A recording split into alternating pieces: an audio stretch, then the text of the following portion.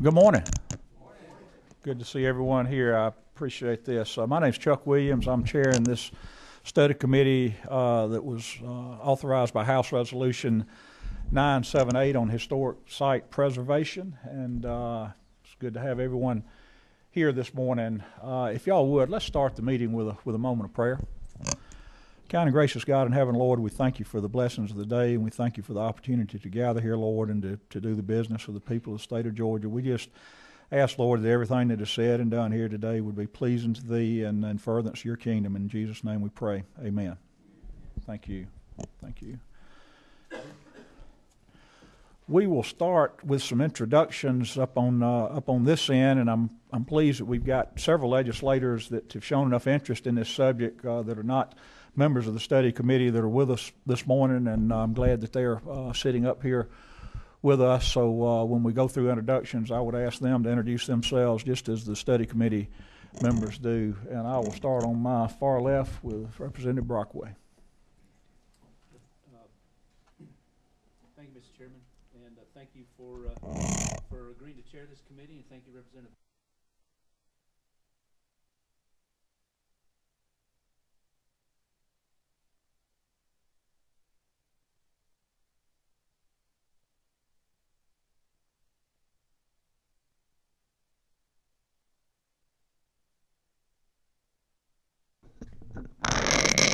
My name is David Hartman. I am the analyst for the study committee. I work with the House Budget and Research Office, and I look forward to working with all of y'all.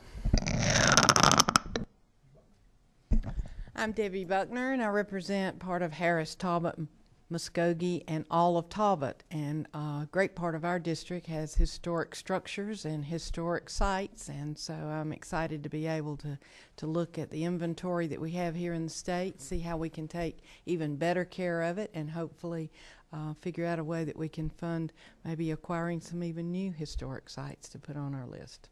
So, thank you all for being here. I am Representative Brooks Coleman from Gwinnett County, District 97, Duluth, Suwannee, Sugar Hill, Beaufort. I appreciate the committee letting me come and sit in. I was not appointed to the committee, but the historical sites are very special to me. Matter of fact, I was privileged to thank Debbie for letting me sign on to her bill because I think it's so critical. And as a couple of you know, we started looking about 20 years ago, the clocks. We visited all these sites, and we restored over 40 of the antique clocks and watches and timepieces that the club is having. We have some beautiful sites, and I'm looking forward to hearing what you're doing, and I agree with the rest of the committee. We need to preserve our historical sites. We need to find the ones we haven't located and do what we can to see that they're here for future generations. Thanks for letting me be a part, Mr. Chairman.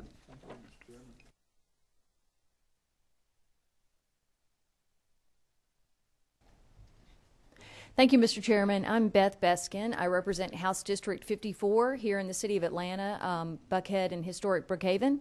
I'm thrilled to be on this committee. I'm not a Georgia native, and I remember when my children were young. They're now young adults, but we had a great family vacation, spring break 1998. My kids were totally disappointed. Their friends were going to swanky places, and we went to all the state parks over on the coast. We went to Skidaway Island, we went to Cumberland Island, we went to the Okefenokee Swamp, and looking at these lists, we've punched a lot of these tickets, and it's so important that all Georgians get out there and see it all, and I'm thrilled to be a part of this, so thank you. Thank you, Mr. Chairman. Good morning. I'm Trey Rhodes from House District 120, which is Greene, Tolliver, Putnam, Wilkes, and Oglethorpe counties. Born and bred in Georgia, and I love our great state, and I'm just looking forward to helping us preserve it. Thanks, Mr. Chairman. Thank you, Mr. Chairman. I'm Tommy Benton. I'm represent House District 31, which is about 3/4 of Jackson County. As a former history teacher and a lover of history, I appreciate the chairman allowing me to come in and sit in on this as an interested observer. Thank you. And as I said, I'm Chuck Williams. I represent the 119th House District, which is Oconee and Athens-Clarke counties, and I'm honored to be chairing this study committee with a great group of folks with a keen interest. Just from a personal standpoint, I've got a keen interest in all things related to natural resources, and that includes historic properties. My day job is banking. My passion is forestry and agriculture and natural resources and management of natural resources. So again, I'm pleased to be here. I asked Representative Buckner if she would, as the primary sponsor of House Resolution 978, which is why we're here today, if she would just take a couple of minutes to talk about the nexus of this legislation and the thought that went into it, and sort of among the primary sponsors what their discussions and goals were that we might accomplish with this. So Representative Buckner, you're on. Okay, thank you. Well, many of you who are not on the House floor have heard of the ante-room, and honestly, this bill was a good product, I think, of an ante-room discussion. Representative Coleman and Benton and I were talking about some of the state's historic sites and some of the things that people were talking about back home in our district about some of the historic sites. And we thought, you know, every now and then we ought to take a minute to kind of assess where we are. What historic sites do we have? Are there gaps in our history where we have not protected a structure or a site that is historic to some part of our history, and we need to? We also had heard different things from our constituents. Some of us had heard complaints about some of our historic sites not being in the most pristine condition, and that we might need to be taking better care of them. Some of our constituents had said things about that they are not open all the time, or that they're opened at odd times. And there were also some conversation about some historic sites that individuals wanted to donate to the state, that the state didn't feel like that they could reasonably accept that donation and be able to care for it in the manner that it needed to be cared for. And that they would, if a site was going to be donated to the state, that an endowment needed to come with the site. And many times people couldn't afford to do that. We also talked about the places in peril and how many there are, and how it seems like that list grows, but what we do to take care of those places that are in peril are not moving as quickly as we would like. We also talked in that ante-room conversation, and needless to say, we were not missing votes. There was a real recess and at ease time, so we had a lengthy conversation, but it was a good one. But we talked about the fact that maybe this would be a great time for us to look at places in other parts of the country that had really strong historic preservation programs and see if we could glean from them some good ideas that would work here in Georgia. We aren't about finding fault with anything that's being done by any of the great historic organizations, the State Parks and Historic Sites program through the Department of Natural Resources. What we wanted to do was assess it, see if there's something we could do to enhance it, improve it, and hopefully be able to enlarge it to be able to take care of more historic sites and better tell our history. And then the other piece, as we went through the process of passing this into law, was how could we link all this to economic development and tourism? Because many of the sites that are literally being swallowed up as they sink into the ground because they're falling away from not being able to be cared for, how can we tie that to the economic development and tourism to help those small, particularly in the rural areas, those small rural areas, to use that as an economic engine to help them in other ways, not just preserving the history, but to help them with jobs and tourism and all. So it's a big list of things that we were talking about, but we thought that this study committee would be a great first step to kind of take an assessment of where we are, get some information about where other people are, and see how it matches up with Georgia, and see if we can't make some recommendations to do an even better job of protecting Georgia's history. Representative Buckner, thank you for sharing that with us. I think that helps put in context what we hope to accomplish in the coming weeks and months. From a logistics standpoint, we will. I think the study committee is authorized up to 5 meetings is what we're authorize this, of course, being our first meeting. We've had some discussions about possibly in future meetings moving some of those around the state. We will just look at logistics. We'll look at really who we expect to be hearing from and try to make that as feasible for everyone, the committee members and the public, and folks that may be appearing before the committee in the future as we move ahead. I know several of you here in this room and others not in this room have been kind enough to extend an invitation for us to meet off-site in other facilities, some state facilities, some private facilities, and we appreciate that, and we will certainly take that into consideration. And also to follow up on what Representative Buckner said, if you go back and look at history, this is not the first time that the legislature and the state government has looked at the issues we're going to be looking at, and some of you have been kind enough to share some historical perspective with us that we will be sharing with the committee so that hopefully, unless the wheel needs reinventing, we won't necessarily have to reinvent it as we move through this process.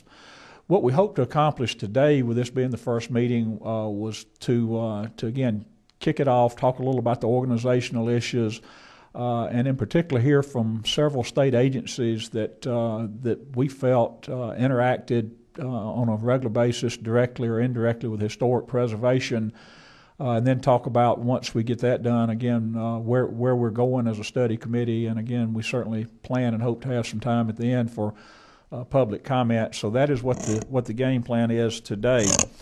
And to start that off, it probably comes as no surprise that the Georgia Department of Natural Resources is on our list with several from several perspectives. And David, Becky, I don't know if you guys have a preference on who goes first. Becky, you're going to be it.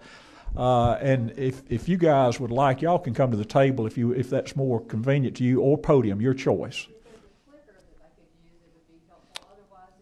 If you need to stay there, we'll just fire up that mic, and that will be fine. I will just, even though committee members know who you are, for the record, we will ask you to identify yourself and your role at your respective agency. And again, we don't have a hard time limit on these. I think we allowed between all the state agencies maybe up to 90 minutes. So if we start getting in a tight on time, we'll let you know. But I don't think that'll be the case. So we'll go with that. And are you live now? Well, let's see. Sounds like I'm live.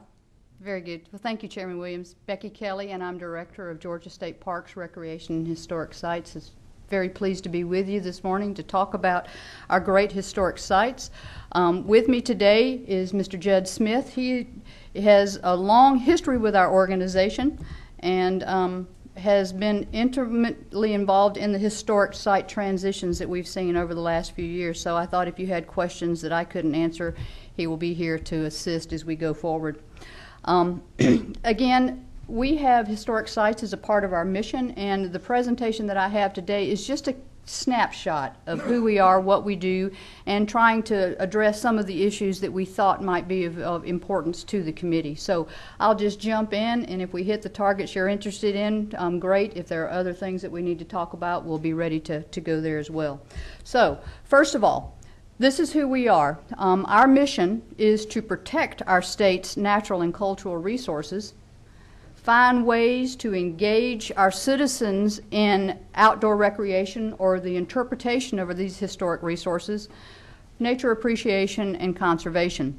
And then within the last couple of years, that third bullet of our mission is to execute this mission in a way that lessens our dependency on state funds. So that will be something that plays through the conversation as we move forward, because when we look at our state park system, and that's, thank you, you're passing out the presentation, and I also have a little brochure that has some materials in it. So if everyone could have one of those, it would be great. This is our great state park map. You'll see dots all over the place, and you'll see that we have a great variety of opportunities to offer our citizens across the state of Georgia. We do have 48 state parks and 15 historic sites. I've put together this map, which gives you a little bit better view of the historic site component. You'll see the dots on the map right now represent those sites that are in the Georgia State Parks and Historic Site System that are specified as historic sites. They came into the system with something that was unique or important, mostly of a statewide or even a national, in some cases international significance. So those are historic sites that are identified. Now the other thing that I want to show is, and if you look at the map on the wall, you'll see, bam, all of these additional sites coming in. This is to let you know that even though we have those standalone sites, each one of those highlighted properties has something that's unique from a cultural resource perspective. There's something there that we interpret, we engage, we protect as a part of that state inventory. So just wanted to give you that context of where we are with our resources. As I mentioned, in 2009, we were asked to move toward a position of greater sustainability, so I thought I would give you just a little bit of a snapshot of where we used to be. I've been with the organization since the latter part of 2002, and when I came in, we began moving through transitions due to budget cuts, focusing in on things that were in the resource base that we already had. At that time, we had a historic site unit, or a region is what we called it. They focused on making sure that we had those interpretive programs and that we knew what our standard of care was for the facilities. We had to eliminate that unit, and Judd is one of the last men standing from that process, so he carries all of that institutional knowledge through, helping us make good decisions today. We used to also operate the historic marker shop. That transitioned as a part of this, and HPD and Dave's team, as well as the Georgia Historical Society, have a role to play in that. The only role that we personally play with historic site markers are when they are on our property. So we don't do anything else with any of the other ones that are in the right-of-way or other jurisdictions. And then the other component of what was a part of our unit transitioned over to HPD, and that's the preservation lab. When we have assets or resources that need curating and managing, that's the team that does that, and they're now just a part of Dave's team. So that kind of gives you the perspective. So our focus now is really, to the best of our ability, manage and protect the existing state-owned historic resources. That's our primary focus. The reason that's important is when you look at why people come to state parks, they love to hike, they love to fish, they love to camp, but surprisingly, visitation of a historic site or a cultural component is another draw. So we see that as an opportunity to bring people, to educate them about who we are as a community. So that's a real important part of our role. Because when you look at the assets that we have lots of museums, historic homes. We have 9 sites that are historic landmarks, 28 National Register sites, and then representations of historic periods, Native Americans, Revolutionary, Civil War. Those things, we're trying to capture the critical themes or the important themes of the history of our state. So there's a lot of photos that I'd like to share just to give you some perspective, from the Liberty Bell Pool at FDR in the top left to the brand new renovated fire tower at Fort Mountain. It's a great project, and I think we got a very prestigious award for that, and thanks for everybody that was involved in that. We have things like grist mill down at George L. Smith. We have 2 grist mills in our system. And then the bottom right picture is of Sweetwater Creek factory ruins. That's a critical property for us. It's right here in metropolitan area. It's a Civil War impact site, and this is the shell of the building that's there. So our problem and our challenge and our opportunity is the preservation and conservation of that site so that we can continue to tell the story as people enjoy that park. A few other sites, we have Native American. The top left is Chief Van's home up in North Georgia. We have 2 Indian Mound sites, one at Etowah in North Georgia and one in South Georgia down at Kolomoki Mounds. A number of Civil War sites. The bottom left is a Fort McAllister, which was the battle and the siege on Savannah. And then the interior property of his Hard Labor Creek, where we had a CCC camp. A lot of our properties were actually built by the CCC, and we have locations where the CCC boys stayed and as they did their work back after the Depression to build most of our state and national parks all across the nation. Fort King George, representative of our coastal sites, is a wonderful asset. Below that is our Fort Morris, where is the only Revolutionary site that we have in our system. That's down in Midway, Georgia. The top right is Hartman Farm. That's a beautiful property up in Helen. It's a tremendous economic draw, and we're glad that we've got that open, and we're able to make some significant stabilization investments there. And of course, down at the bottom is our arch at Wormslow, just outside of Savannah, which is an original land grant property, stayed in one family the whole time, and we have a tremendously rich environmental, cultural resource there just in Savannah. I know Chairman will recognize that top left. That's Watson Mill Bridge. The longest covered bridge in Georgia is in our history and in our inventory. Travelers Rest, the top right. That's one of the CCC buildings at Hard Labor Creek in the bottom. And then wherever we have the opportunity, we like to make sure that we have a museum or some way that we can interpret and engage people. So most of our sites do have a museum or some type of interpretive component. The other thing that we do very earnestly is to connect our sites to our children. We have direct connections to the Georgia Performance Standards from a history perspective. So we make sure that when teachers need field trips, they get that enrichment at whatever level of student that they bring. So we really have a strong pull here. The two little critters that you see on the side of this, those are kind of cute. Those are our gophers. If you don't know the history of the gopher, there is an important history lesson here. I'll just tell you that when we started looking at ways to invite people to come to our parks, we realized that we wanted people to go for a walk, go for a hike, go for a stay. So it became a gopher. Gopher. Got it? And it is an indigenous animal in Georgia, so we're safe on all that.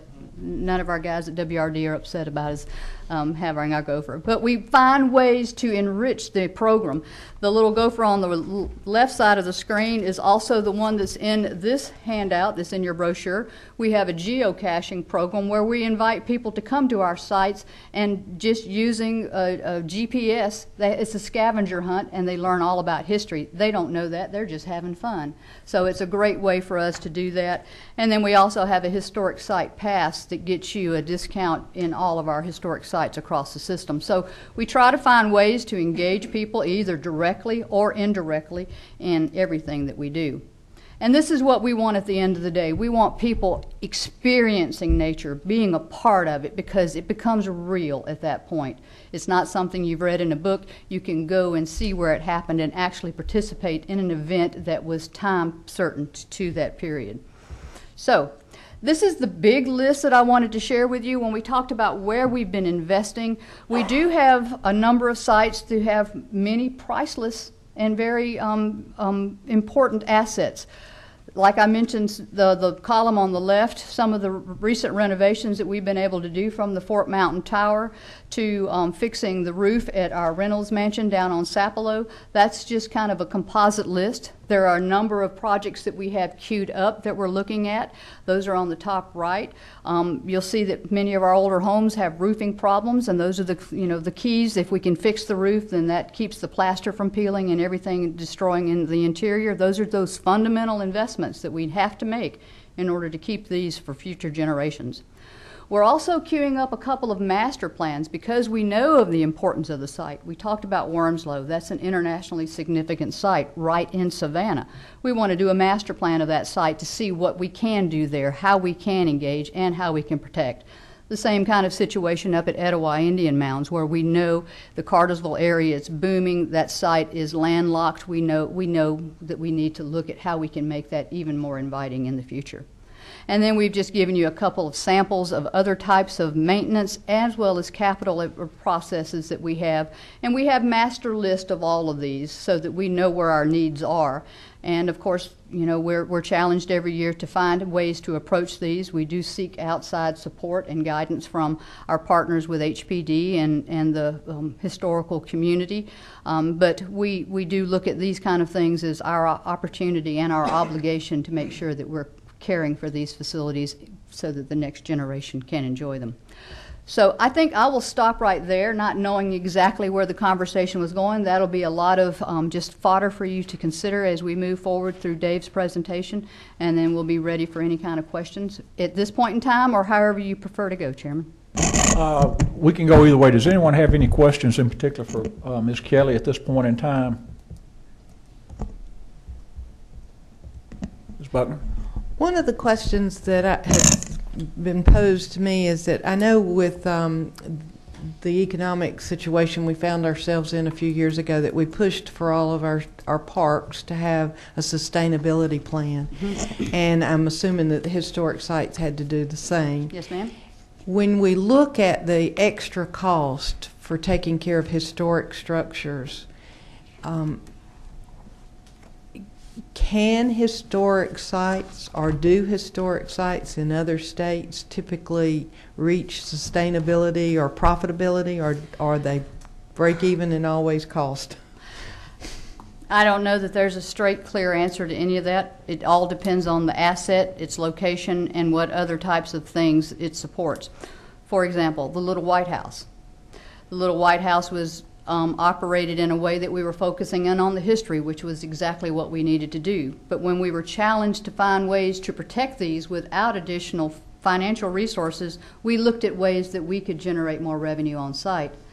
We looked at the retail. Everyone wants to come and carry a piece of that property home. So when we started looking at the return on investment or the net operating resource that we have, the Little White House comes in at, it generates 124% profit. So we are in the black at that site. The Dahlonega Gold Museum, it's the same kind of situation. It's right in the square in Dahlonega. It gets a lot of traffic. It's a busy site. It generates 106%. But that's not the norm. The other sites are somewhere between very low to in the mid 30s to 40s because the site just doesn't have the capacity to generate revenue beyond itself. That's why when we look at the mandate to pursue self-sufficiency, we saw it as a system, not 64 different sites, because the reality of that is not possible. The sites are what they are, and they're important to us because they're a part of our history and a part of our culture, and we want to share that going forward. Our charge is to find ways that we can minimize those costs greatly, and when we have other sites in the system that do pump more energy, we make sure that those resources go back into protecting those assets as well. So we've tried to work through the balance of generating revenue to be able to invest revenue in more generating facilities, but we also look at generating revenue to help us take care of those assets that we have to. That's the obligation that we have as NDNR. So, Great. Thank you. Thank you very much. Thank you. I'll turn to Dave. Thank you. Next, we'll hear from Dave Crass. Dave? Thank you, Chairman. My name is Dave Crass. I've been privileged to be the director of the Historic Preservation Division since 2009, and prior to that, starting in 1998, I was the state archaeologist.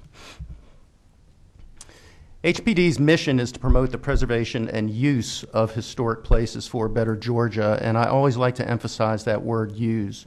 We don't save historic buildings or archaeological sites or historic landscapes just because they're old. We preserve them because they add economic, social, or scientific value to our communities. At the base of what we do, probably 90% of our responsibilities, is something called the National Historic Preservation Act of 1966. If you think back in the late 1940s after the war through the 1950s into the 1960s, federal agencies were going into the states and carrying out big projects with no input from the state's citizens. So you can think about the U.S. Army Corps of Engineers going into the upper Midwest and building that great reservoir system that destroyed thousands of archaeological sites. No input from the citizens.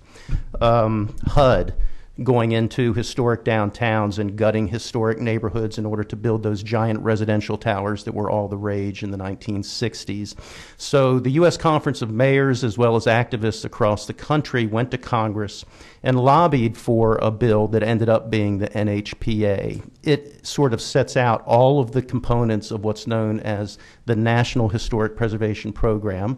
And the State Historic Preservation Offices, which is what HPD functions as here in Georgia, are an important component of that system. Just a brief look back. We're a small organization, as you'll see in just a minute. We started way back in the 1950s as the Georgia Historical Commission.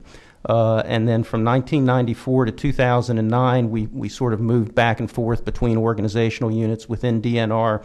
But we always had a very flat organizational structure. There was a director and 4 work units. So all of the decision making, virtually all of the decision making took place at the top, which was a very cumbersome sort of system. So when I took over in 2009, I reorganized the division into a much more hierarchical structure. We pushed decision-making down to the lowest possible level with the intention of making the division more nimble, which was a good thing given the economic situation we found ourselves in. But it also allowed the staff to invest in their jobs, to have a personal stake in their jobs, and allowed the director and the 2 chiefs, section chiefs who report to me, to focus on steering the boat and not trying to paddle it at the same time. This is just a brief overview of our budget, about $3.3 million, which includes both federal and state monies in approximately equal amounts. The other funds, a little pie slice there, $69,000, is primarily from license plate revenues and a few workshops and things like that that give us a little bit of registration money. We have 28 full-time classified employees, usually have a couple of graduate student interns running around on special projects, and they're organized into 2 sections, and those 2 section chiefs report to me, and then we have a small administrative unit that reports to me as well. Pretty much everything we do in our annual work plan comes out of a 5-year plan that we're required to develop for the National Park Service. We get grant monies every year from NPS, as do all of the state historic preservation offices. These monies are derived from offshore oil and gas lease royalties that the big oil companies pay to the U.S. Treasury, and then those are filtered back out to the states based on a formula that includes population growth and some other metrics. And we are actually currently developing our new 5-year plan, so I will later on in this process, I'll certainly be happy to talk about that in a little bit more detail. Now I'd like to talk about some of our program areas. I'm just going to hit the high spots here, but this covers about 90% or so of what we do. Probably our highest profile program in terms of at least the political world is our environmental review program. You heard me mention the National Historic Preservation Act and those federal agencies. One of the things that the NHPA did in something called Section 106 of the Act was mandate that federal agencies doing business in the states consult with the State Historic Preservation Office whenever they were going to undertake an action that might affect historic resources. And in fact, in the language of the Act, these activities are referred to as undertakings. So there is an iterative process that we work through with federal agencies doing business here in the state. It can range everywhere from a cell tower license that the FCC is issuing all the way up to and including the Savannah Harbor deepening, which is a project I've been deeply involved with since about 1999, I think. So as you can see, there's a very, very direct economic nexus between historic preservation and development in the state. This is an area that I take great pride in. We review 2,500 to 3,000 projects a year in our office with our small staff. And virtually everyone in the office in the course of a work week will touch the Section 106 process in some way, shape, and form. It's just a very, very intricate process. Oh, I should mention, with regard to that Section 106 process, I said that the federal agencies have to consult with the state offices. But the bottom line is, in the end, with any of these federal undertakings, the federal agency always is the driver. They are the final decision maker. So we will provide comments to the federal agency on their undertaking or undertakings, but they are the ones that make the final decision as to whether to go through with the project, and if so, how they go through with that. And I can, again, talk in more detail about that later on if you'd like. Since you can't manage and help protect what you don't know about, we work with the University of Georgia on a historic resources survey program. This is run through their School of Environment and Design. So county by county, their team of graduate students goes out every year and inventories historic buildings. So far, they've inventoried about 50,000 historic buildings across the state. And all of these data, as well as our archaeological site data, go into something called the Georgia Natural, Archaeological, and Historic Resources, GIS. Rolls right off the tongue. It's an online, publicly accessible survey database. I should mention that the archaeological site data are sequestered from the public on this database under state and federal law in order to try to deter looting activities. But there's really some wonderful records about historic buildings in Nargis that you can access.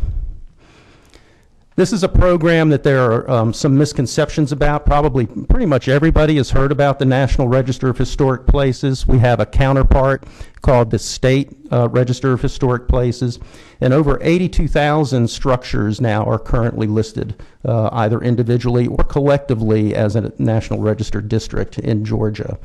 The research and documentation process for getting a property listed is pretty darn rigorous. It starts with an individual sponsor who writes the nomination form. Then our agent, our division vets that, polishes it up. Then we present it to the State National Register Review Board, which meets twice a year. And then from the review board, it goes to the National Park Service for their review and comment. So it is a lengthy process. It's very important, though, from an economic development standpoint, because in order to qualify for our state tax incentives and federal tax incentives, which I'll talk about in a moment, your property has to be listed on the National Register. The big misconception about the National Register is that it in some way impacts property owner rights. It does not. It is simply a recognition by the National Park Service and our office that the property that's been listed is worthy of preservation. One of our most popular programs is the federal tax incentive program for the rehabilitation of historic structures. The feds will give you a 20% tax credit that you of your qualified rehabilitation expenses. The federal program is limited to income producing properties, and those properties have to be eligible for and eventually listed on the National Register, and they have to meet something called the Secretary of the Interior's Standards for Rehabilitation, which essentially are best professional practices. Probably the best known tax project here in Atlanta is Ponce City Market, the old Sears, Roebuck and Company Southeast Distribution Center. Our office was an integral part of the financing and the actual rehabilitation process for that project, $230 million plus project. And I should mention that if any of you have not been over in the old Fourth Ward since Ponce City Market opened, it has really sparked the regeneration, economic regeneration of that part of town. We also have a state tax incentive program, which is equal to 25% of your rehab expenses. This program is open to homeowners as well as for income-producing properties. There's a cap of $100,000 on the credit for residential, $300,000 for income-producing properties. In the session before last, the General Assembly passed House Bill 308, which created an additional category of projects subject to a $5 million and $10 million cap with specific reporting requirements, and there's a $25 million annual cap statewide for that. So far, that program started in January of this year. So far, I think the available tax credits are spoken for out, I think, to 2019 now. So we've got a lot of big projects lined up at the door for this. In fact, the previous slide, this is the old Riverside Power Plant in Savannah at the end of River Street there. Built in the 1920s, going to be redeveloped into a boutique hotel. This is also, I think, something well over $100 million project. And finally, in addition to the state tax credit, there is a property tax freeze that a homeowner can apply for here in Georgia. Freezes the property taxes for 8.5 years at the pre-rehabilitation rate, after which they slowly rise to meet the market rate. So from a 30,000-foot perspective, the tax incentive program encourages private investment in local communities. It creates jobs, and I have some figures on that should you care to have those. and obviously promotes economic revitalization, particularly in the tourism sphere. Cities that have used the tax credit program to good effect are Savannah, Thomasville, Madison. Macon has been a tremendous user of the tax credit program. And it also has an environmental component, because every building that we save uses existing infrastructure, so there's no new infrastructure that has to go in, and we keep them out of the landfills.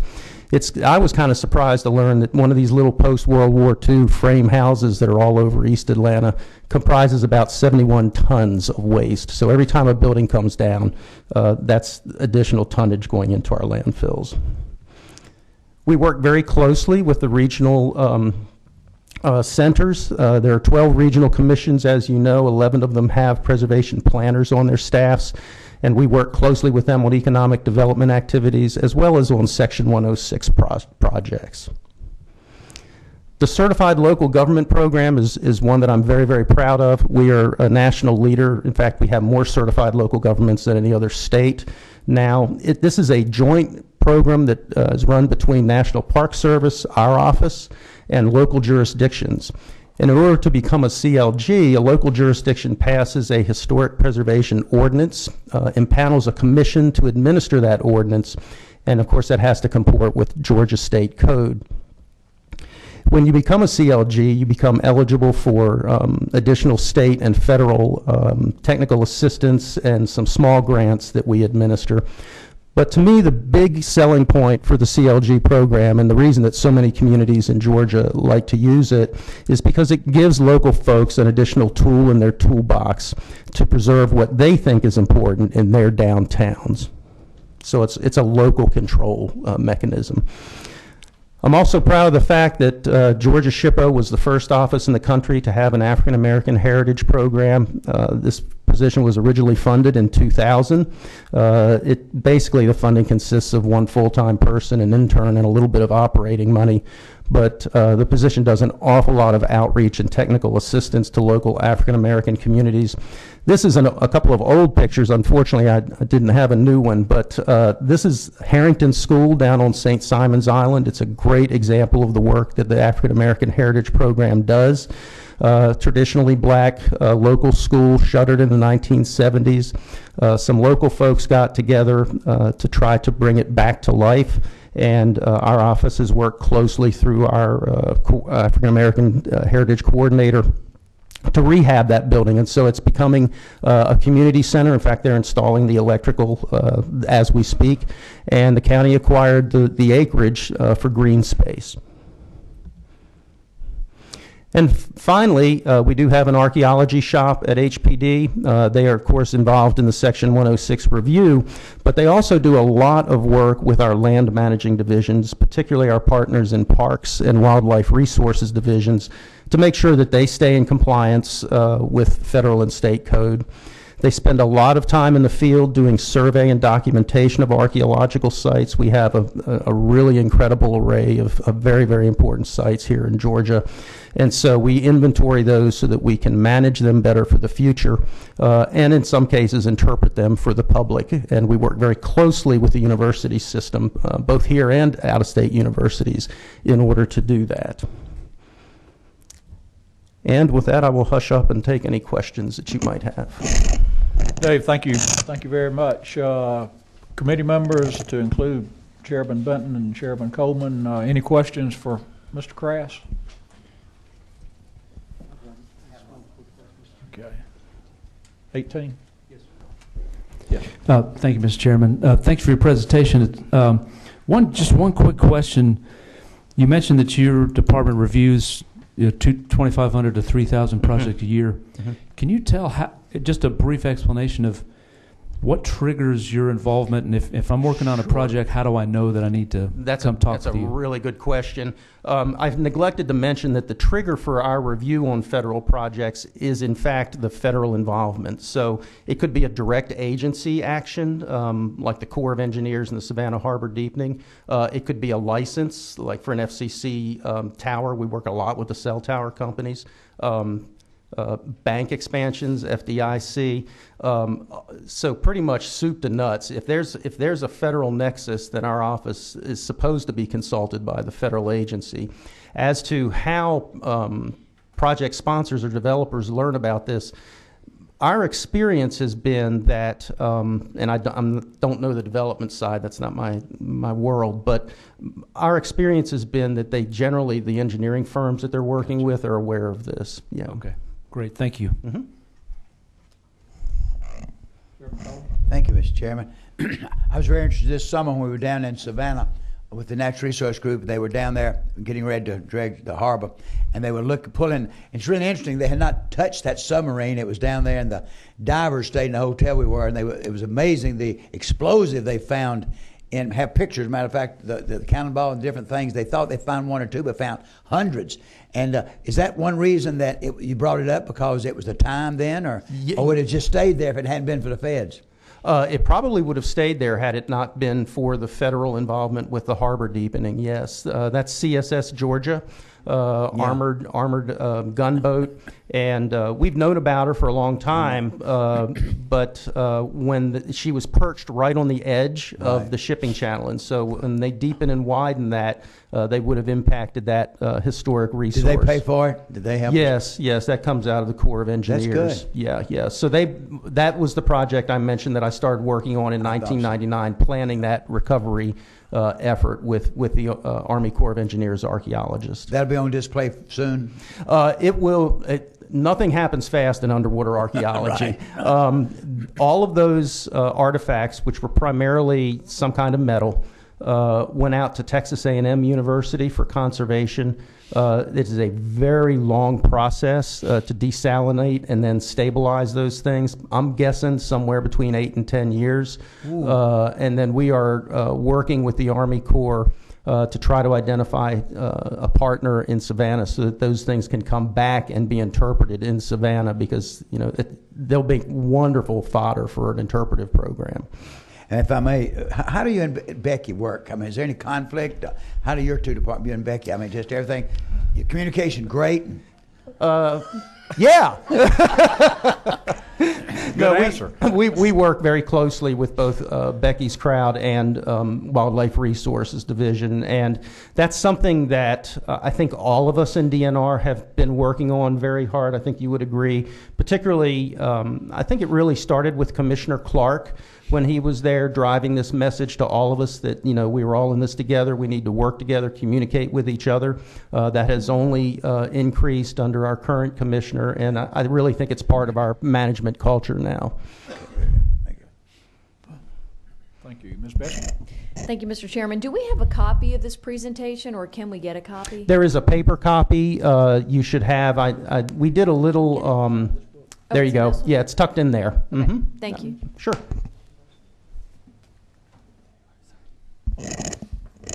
Any other questions from the committee, legislative panel?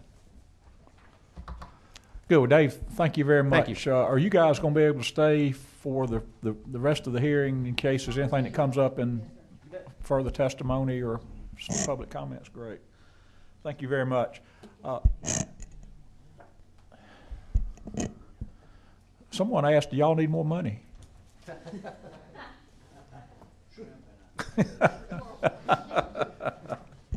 Thank you. Our next agency that's going to present is the Georgia Department of Transportation, and we asked GDOT to be here for a number of reasons. Number one, we think that they definitely should be here. Number two, from a personal standpoint, we've got a GDOT project in my district that we've been working on for a number of years, and it has ebbed and flowed primarily because, in addition to funding issues, because of historical property and preservation issues. So as we were looking at state agencies that interact with historic properties and historic sites and historic issues, it was obvious to us that GDOT needed to be at the table. I know Meg Perkle, the chief engineer for GDOT, is with us today, and I believe, Meg, you've got some folks with you, and I will either let you introduce them or let them introduce themselves, and see if we can get the table mic going.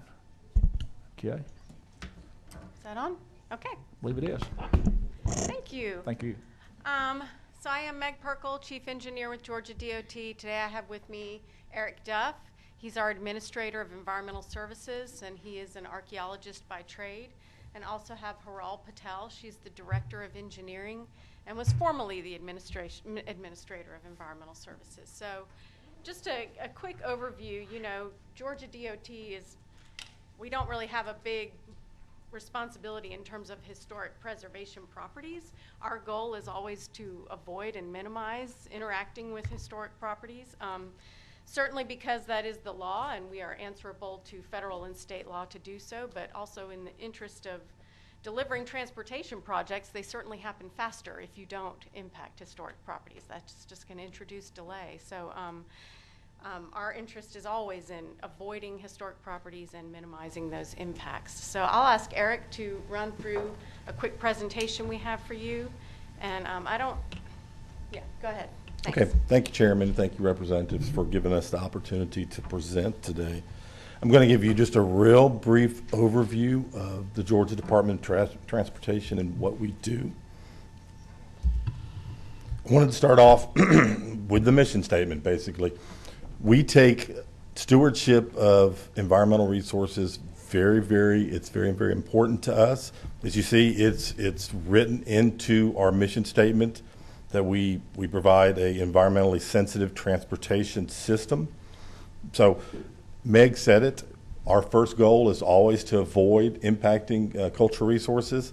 If we can't avoid, what we try to do at that point is minimize harm to those resources. And as a last resort, if we're going to have an adverse effect, what we do is we then mitigate. And we added this slide, we're really a very busy agency. We do more than $2 billion each year of investments in the transportation network. We included this slide. This is a slide from our NARGIS program. Dave talked about it just briefly, just at the last presentation. And you see those are all historic properties that have been identified. And you can see some of the long linear lines that are there. Those are resources that were identified as part of our projects.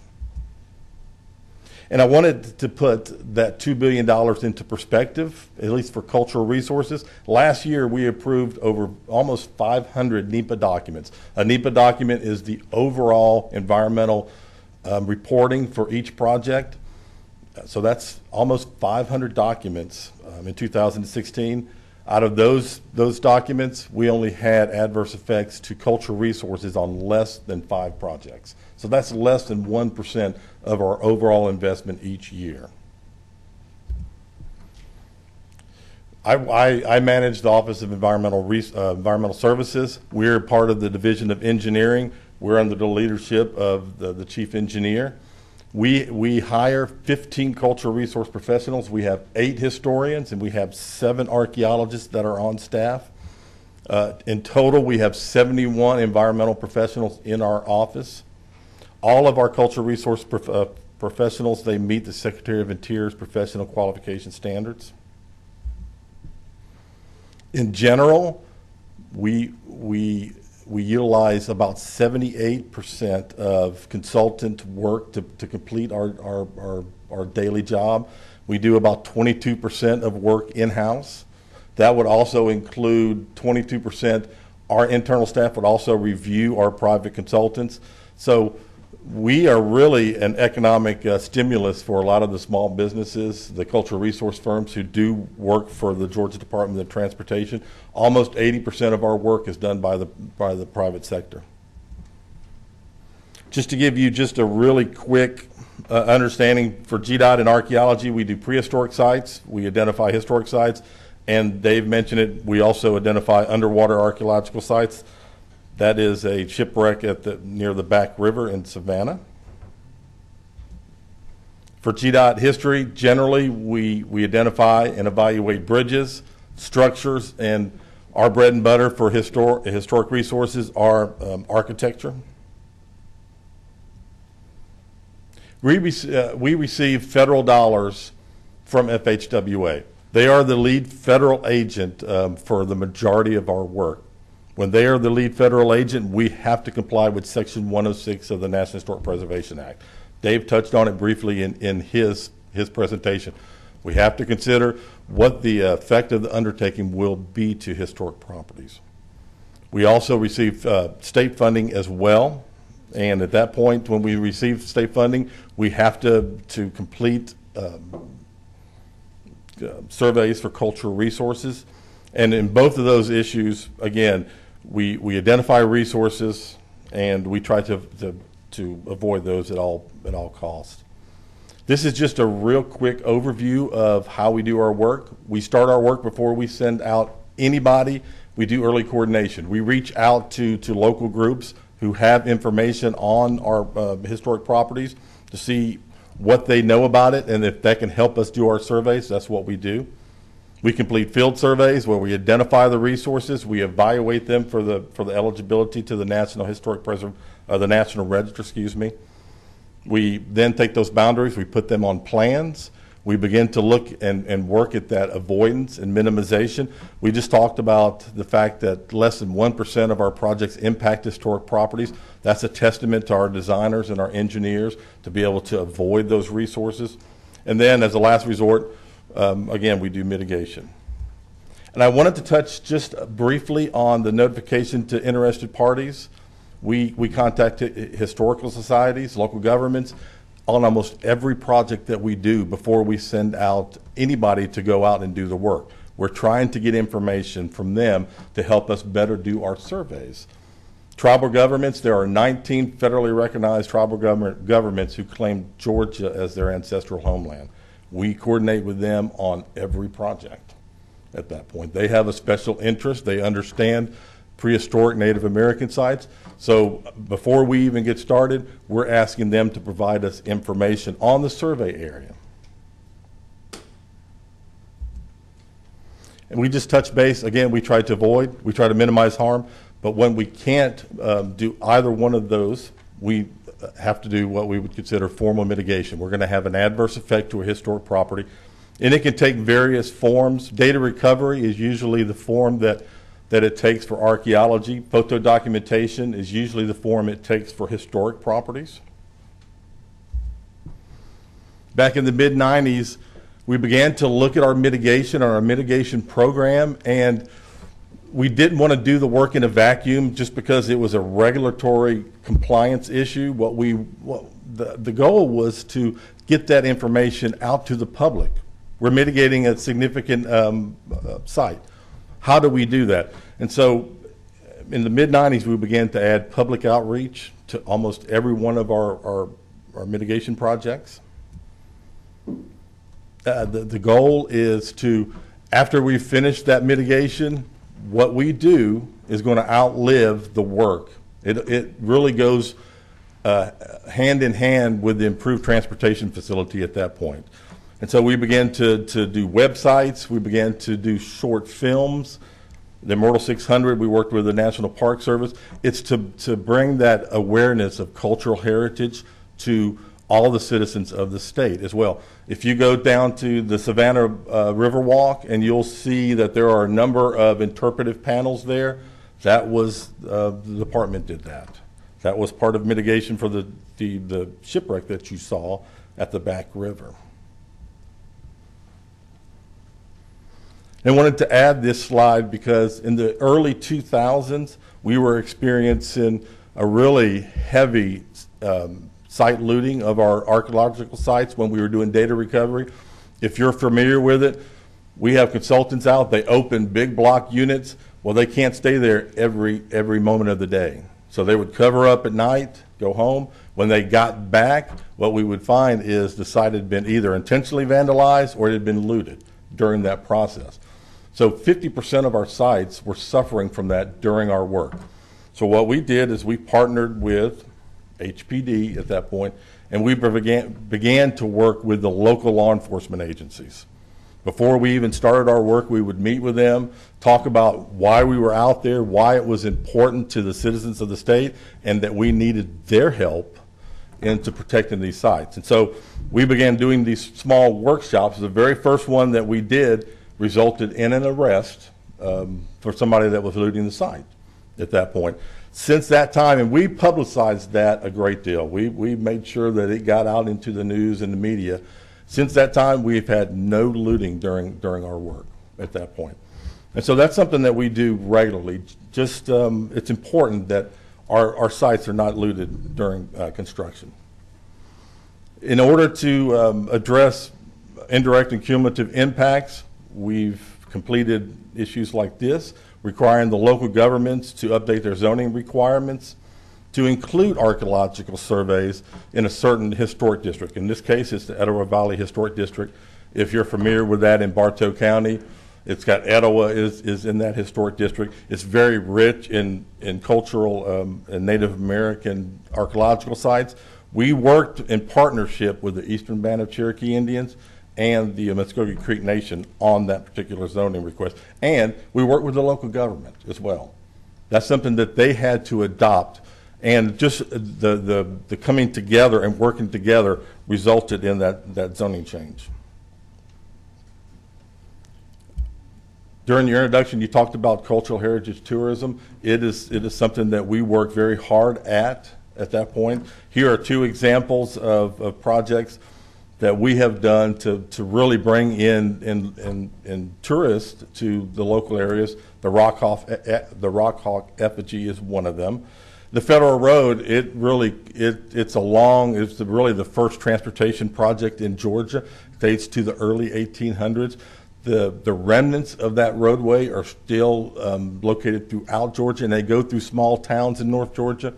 And so what we did is we developed the driving tour to give those local groups, those local governments, the ability to market the cultural resources that were in their towns at that point. So the driving tour is just one of those opportunities. Right now we're completing the study of the Dixie Highway, which runs pretty much from Tennessee all the way to Florida as well. And it's got a very similar theme to that as well. It's there. These context studies, and I'll talk about context studies in just a second, it really benefits the department and the state as a whole because it identifies why these resources are significant, why they're important to everyone at that point. It gives us the better ability to be able to evaluate resources that are associated with those. It streamlines the environmental process at that time as well. We are a very engaged state agency when it comes to cultural resources in the state and stewardship. Dave talked about NARGIS. We have funded the development of NARGIS, and we manage the state's GIS database. NARGIS includes all the archaeological sites, all the historic properties that have been identified. It also has a natural component to it as well for threatened and endangered species. We have funded that, and we manage that. We are currently digitizing all the archaeological site boundaries, so that can be part of that as well. But we have funded or participated in the completion of numerous state historic contexts. We funded the mining context. We developed the agricultural context in partnership with HPD. We're currently working on the cemetery context for the state, the railroad context for the state. And so there are several items. We are really engaged in trying to better identify resources and protect those resources. And that's what a context is all about. I put this here because for us to maximize the benefit to historic properties, we have to partner with agencies. We have to. And these are just a few of those agencies. The Georgia Department of Education, we work regularly with the Historic Preservation Division. State agencies, we have to work together to maximize those benefits to historic properties. By and large, we don't own properties. Our work, we do not buy historic properties, but there are occasions where we do own historic properties. This is an example, Battery Hamilton. We own over 30,000 acres of wetland mitigation sites. And in this instance, Battery Hamilton is located on one of those mitigation sites in the Savannah River at that point. And so by and large, our stewardship of that resource is very passive. We have worked with the National Park Service to come up with a stabilization plan for that, and we monitor that regularly. So think about it, how many miles of existing right-of-way that we own, that occasionally there are going to be historic properties, namely archaeological sites, that are located within that existing right-of-way. And so we identify those resources, and then we protect those resources. And if you have any additional information, our contact information is right here. And that's it. All right. Thank you very much. Very informative presentation. We don't have any other comments, and happy to answer any questions from the committee. So thank you, Eric, and our staff does a really great job, and certainly our goal is always to build a transportation project that's environmentally sensitive and minimizes impacts. Great. Thank you very much for being here. It looks like we do have a few questions. Not sure who blinked first. So Ms. Buckner, you're up. I appreciate the work that's been done. I know in the past in my area there have been some people, this goes way back, where when 19 was widened, there were some issues with going through some archaeologically sensitive areas, and so they'd be really pleased back home for me to go back and share that y'all are doing this differently than that was done, because they were concerned. Also, the federal road project, there's a lot of good conversation about that, and there's another old road that people are wondering how they could go about getting it marked similarly, and that's the old Fort Perry Road. I'm not certain if you're familiar with it. How would a community go about having an old road deemed as significant enough to be marked like the old federal road? Well, it would require time and money. Always. To put it bluntly, at that point. First of all, you've got to first identify that roadway, where it's at, what intact sections that you have. So that is usually going to require the money part. A local government should hire probably a consultant. I don't think very many local governments have cultural resource professionals on staff, but that's really the first start. I would think also working with HPD as well to really kind of start that process as well at that point. But the idea is you go out and you identify the roadway that you're trying to work with, which sections are intact at that point, and then how do you preserve that? What portions of that do you really need to focus on when it comes to preservation? And when it comes to... How do you mark it? That's right, and mark it, but do you then have heritage tourism potential there as well? The federal road, a lot of the impetus there are great historic sites that are nearby these towns, and that it really gave them the ability to get people into the town as far as the driving tour part. Can I follow up with one more question? The other question I have is with existing historic sites, some of them may not be state historic sites, but may be managed by local history. On the big highways that are bringing people into various cities, they want to know how to get signs that say, exit here to go to the XYZ historic house, and they're not sure of the DOT process to have a big sign put on the highway to direct people to their historic site. It really depends on the highway. There are very specific rules about signage on the interstate, and we have policies that we follow to determine how much visitation is there to warrant signage on the interstate. In terms of signs on state routes, we usually work with local governments for items they want to sign. Typically, we require any entity that desires signing like that to pay for the signing. So, but if they reach out to the district office, they can walk them through that process and assist them with those questions. Thank you. Mm-hmm. Chairman Benton. Thank you, Mr. Chairman. I had a couple of questions. On your slide for the memorandum of agreement mitigation, you said that relocating a historic property, but if you relocate it, doesn't it cease to be historic then? At times it does. Yes, sir. You're exactly correct at that point.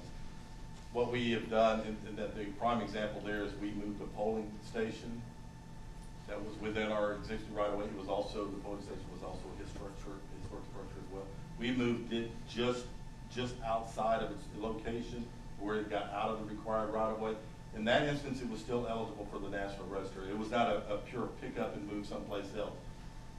For everyone here, historic properties exist within their setting at that point, and that was an excellent question, because once you pick up a resource and you move it away, you take it out of its setting, and you're really kind of disconnecting that historic property from the importance of the setting at that point. But in this case, it stayed within the same setting at that point. Okay. The other question I had to do with your slide on standalone projects.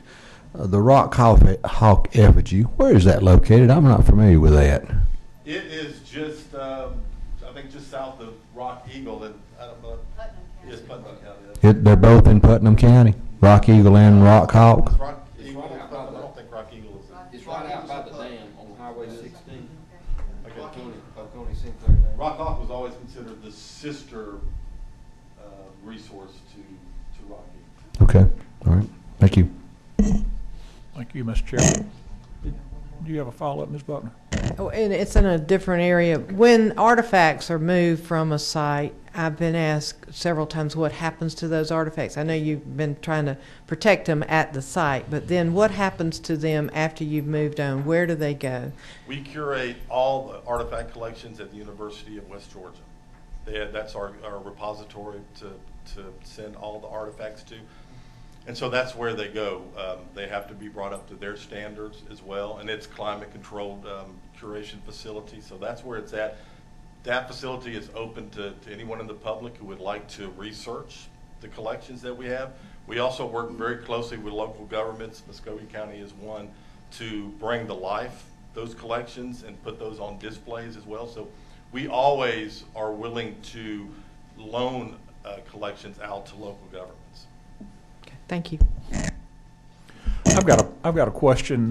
You touched on NEFA, and I know there was a piece of legislation this session that basically exempted certain projects under $100 million. I believe it was a Senate bill that got a good bit of coverage and press and whatnot. As it relates particularly to our mission here of historic sites and whatnot, can you speak to what that legislation did do and did not do? Sure. Senate Bill 346 is the legislation that you're talking about. And originally, as it was proposed, it would have eliminated any surveys for cultural resources. And so there was a compromise bill that really met both ways to help streamline the environmental process and still keep that cultural resource survey and identification in the bill. So the compromise bill eventually was passed at that point, which required any project under $100 million. It's not a project that's considered to have a significant adverse effect on the quality of the environment. That's what the bill says. But it also requires us to complete surveys for cultural resources. The department always completed those cultural resources surveys regardless. So we are still doing that. But what it really did is really expedite and streamline the documentation part of JEPA, or what used to be JEPA at that point. And so that's really where the time savings comes in, is the documentation part. Okay, great. Thank you very much. Chairman Coleman? Yes, sir. Interesting statement. I'm glad to see all these rules and regulations we have to protect our historical sites and cultural sites. But take Highway 120, for instance, through, let's say, Duluth, across Chattahoochee River, through some former Cherokee sites and other. 24 years ago, that road could have been completed, say, 2 or 3 years. What timeline do you think has been added to from start to finish about in the last 5 or 10 years of what we've done with this? Because that's what I'm hearing now. Because we're doing that through the city now. They're saying there's not a lot of communication between the federal, the state, the local. Projects are being reevaluated. We've done the study now. Federal makes us redo it. Is there a lot of that? Do you think? And is there good communication? Has it extended the timeline 10 years, 5 years? What? Well, communication is always key. And it's been especially when you're working with a local government, a state agency, and a federal government at that point. One thing that we have to realize is that environmental surveys, they get outdated at that point. And so it's really important for us, as we're scheduling projects, to advance in the work program, to start them and get them finished at that point. A lot of the issues that you talk about really depend on the environmental resources that are there. And until you're really in the middle of a transportation project and you see what challenges you may or may not have, that's really dependent on how long that project may last. I wish I could give you a straightforward answer It at has that extended point. it quite a few years for major projects, bridges and them. I'll give you an example of State Route 225 in Gordon County. Right. Our project there to replace 2 bridges that were structurally deficient, also to repair some substandard horizontal alignment as well. Well, State Route 225 in that location goes right in the middle of a National Historic Landmark, as well as the Cherokee Traditional Cultural Property. That project is going to take some time to get through the federal legislation That's part. what we're finding. That's right. Which is why it's always in our best interest to avoid it if we can. That's right. You know, that's, the pre-work is what helps us avoid it. Thank you. Anything else from the panel for GDOT? Great. Thank y'all very much for being here and for sharing that with us. Next, Georgia Department of Community Affairs.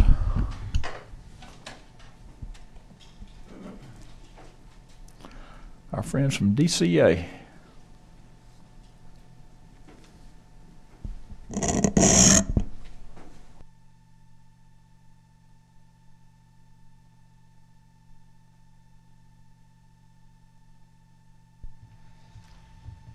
Hi, thank you for having us today. My name is Jessica Reynolds, and I'm the Director of the Office of Downtown Development at the Georgia Department of Community Affairs.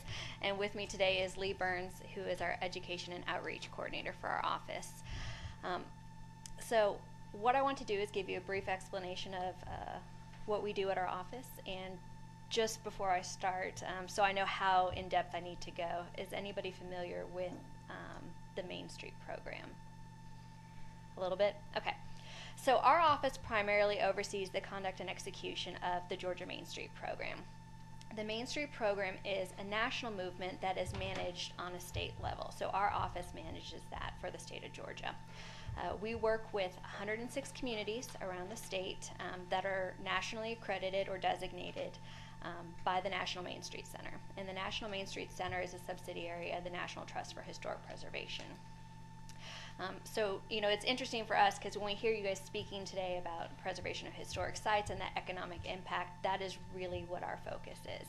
So what we do in a nutshell is economic development in the context of historic preservation.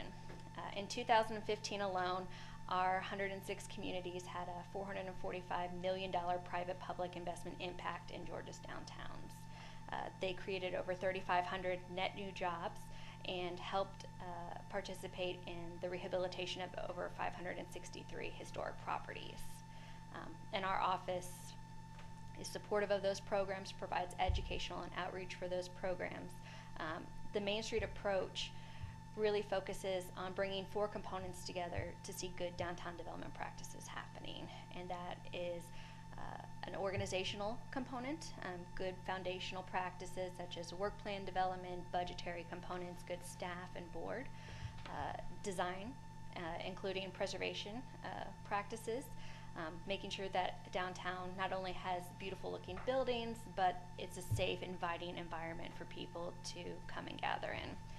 Focusing on promotions, and not just the fun festivals that we all love to go to and participate in, but also that marketing and branding component, making sure that people are aware of what the organization is and does, as well as creating the downtown as a destination and tourism driver for the community.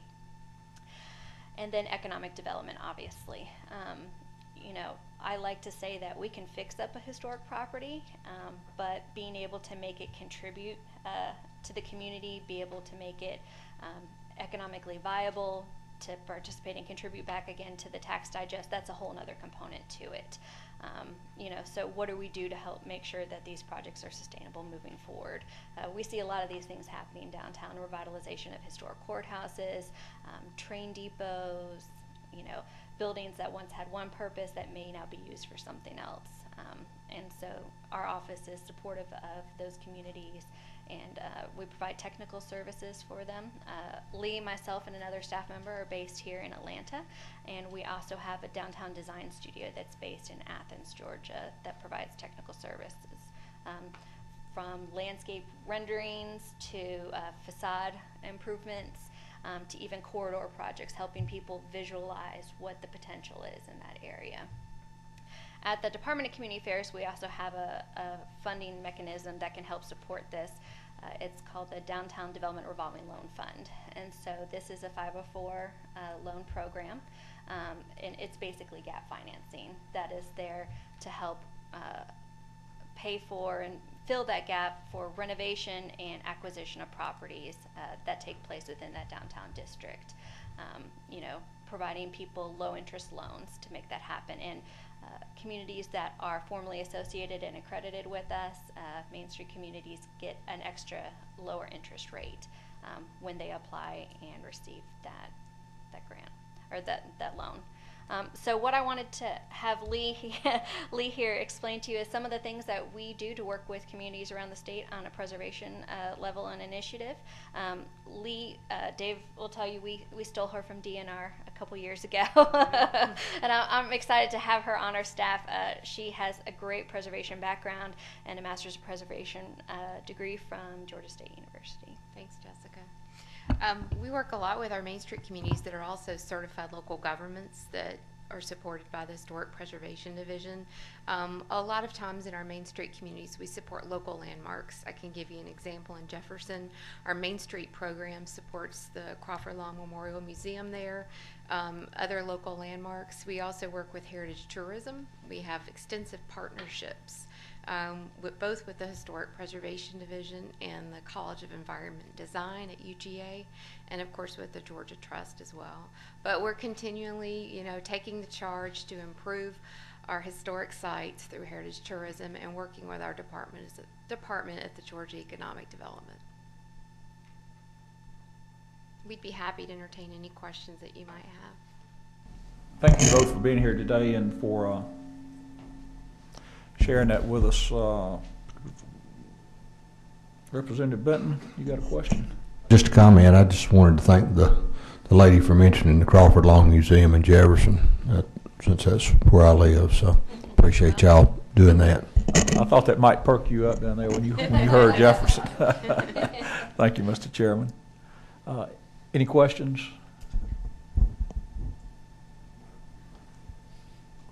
Great. Thank y'all very much for being here this morning, and again, you do play an integral role in what's going on. I think some of us, when we think historic sites and properties, we think, quote, out in the country, but as we know, those are not always out in the country, if you will. So thank you for what you're doing, and stay tuned. We may be back in touch with you. Thank you. Great. Thank you. I just wanted to add that while we don't necessarily directly deal with historic preservation sites, that like we stated, a lot of our communities and the program managers are the kind of that direct contact for a lot of those sites. So anything that we can do as an office to help spread the message or connect you with some of those communities, we'd be glad to do. Great, thank you. Ms. Butner, you do have a question. You are 21. My new age. This is something that I've noticed as I've gone back and forth across the state of Georgia. A lot of our smaller downtowns are beginning to look, and I hate to use the word because some of them won't like me for saying it, but they look a little shabby, run down, and there are a lot of empty businesses. About 40 years ago, we had the bicentennial, and there were state grants, federal grants to help communities kind of, I call it gussy up, because the bicentennial was coming, and then we had the Olympics 20 years ago, and we had that same kind of opportunity. So we're due for facelifts among a lot of these smaller communities where small grants of $10,000, $15,000 would mean a lot to them. Is there anything that you know of out there or on the horizon that could help these small communities to kind of do these facelifts to make them more attractive to economic development, or to be in tandem with, if we find something going on with a park or historic site, that we could just, if you look better, more people come maybe. Sure, absolutely. Some of it's education of just the resources that are available to them. And in some situations, even when it comes to historic tax credits, they're a great resource, but they can be very intimidating for the individual small business owner who is just venturing into small business, let alone, you know, having to figure out how do I financially structure everything and take advantage of these different resources out there. So some of that is education component. The other thing that I would say that was kind of put out there on the table but never really fully developed and realized, they passed the Renaissance bill a couple years ago, and while at DCA we're ready to go with it, up and running, we worked out all the, you know, how policies and procedures would take place and what would happen with it. It was never funded. So we have a great program out there that could really provide both technical assistance as well as funding assistance to these small communities. You know, we work with communities from 500 in population to 190 in population. So, you know, that's something that could be available to any community in the state of Georgia if it was to be funded. Thank you. Chairman Button.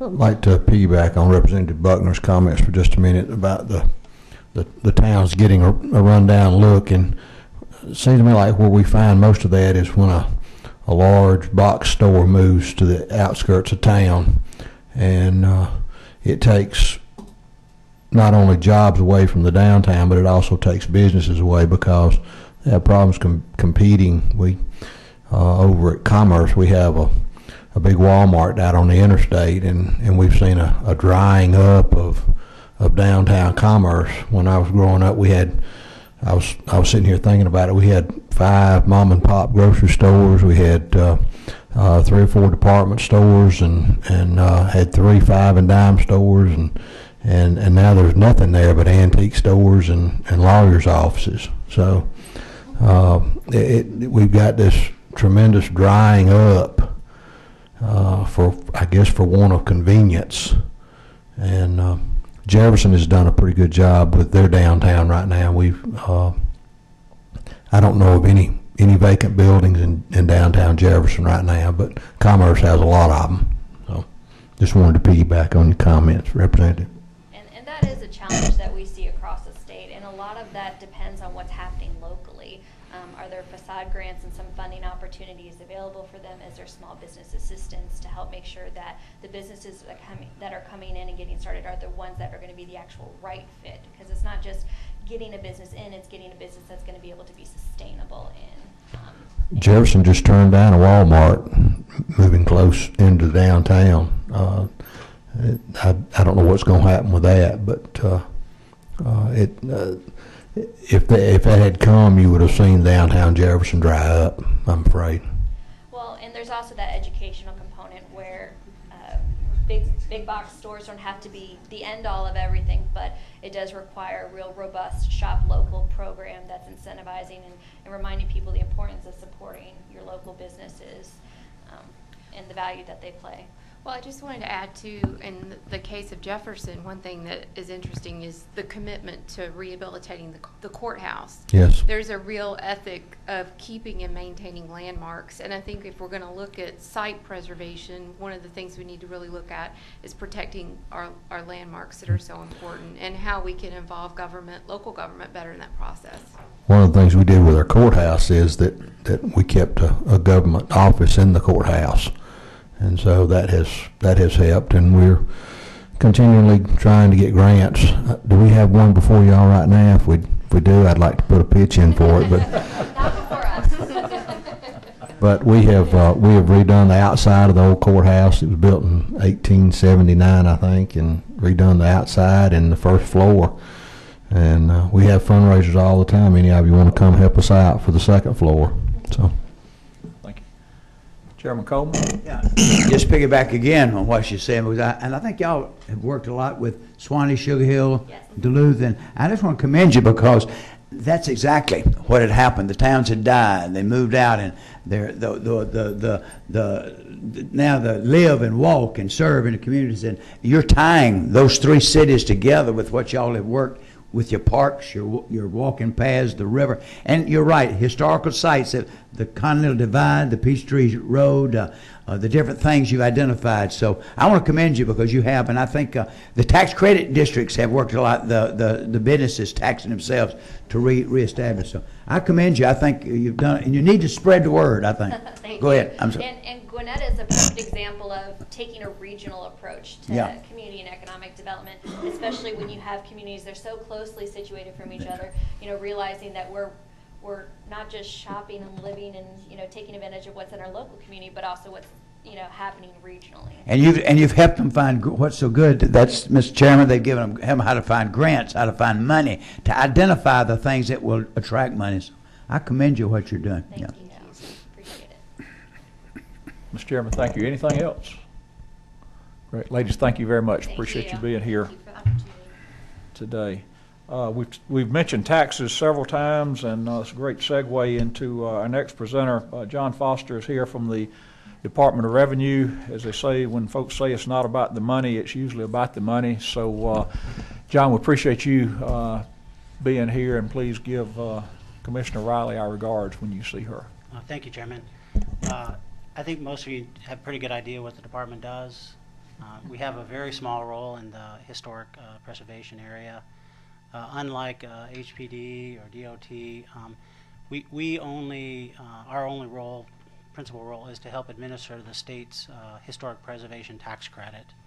I think Mr. Crass did a pretty good job of explaining how the credit works, and I think the biggest takeaway from that is the state did make a significant investment in it in 2015, and that begins in 2017. The way the program works, or used to work, is there was $100,000 for a historic home and $300,000 for what's called any other certified structure, which is anything other than a historic home. And the way the program used to work is you went to HPD, you got some type of certification, a preliminary certification, you did the project, you got final certification, and then you claimed the credit on your tax return.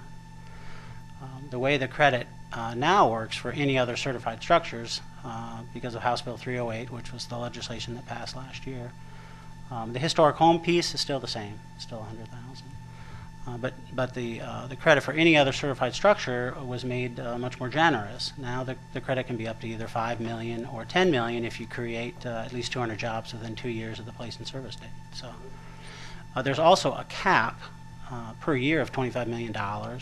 The new program will exist from 2017 through 2021, so if I'm counting on my fingers correctly, that's 5 years.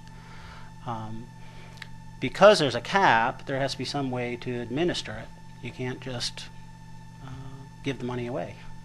You have to somehow know what's being given towards each project. So there's now a pre-approval process where the taxpayers, they'll first go to HPD and get their preliminary certification, and then they'll come to the department. We will then pre-approve their project and tell them how much money is available.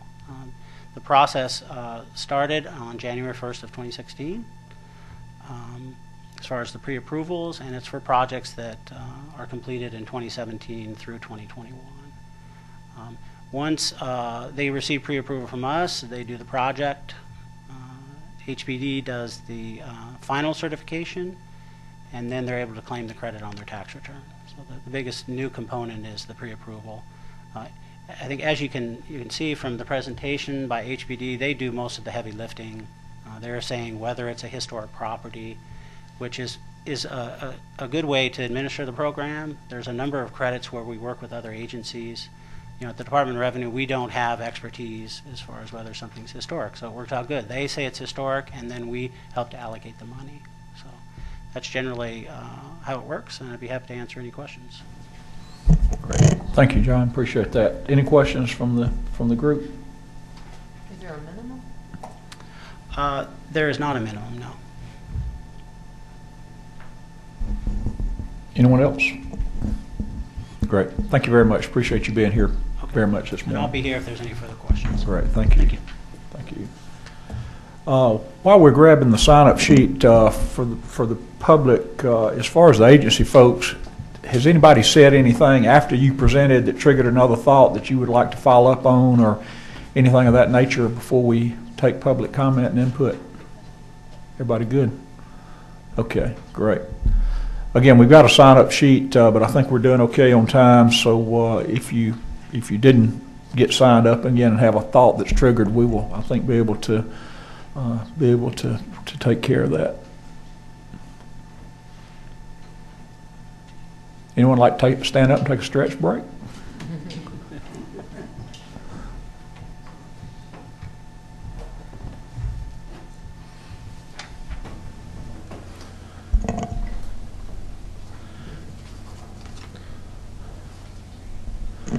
All right, Jim Langford with the Kusawati. Did I pronounce that right? Kusawati Foundation. All right. Yeah, not so good on English sometimes. Jim, welcome. Thank you for being here. Thank you very much. Is this okay? I'll speak from here. I don't have a PowerPoint, but I do have some other handout. I may give you a handout. How about that as we go through this?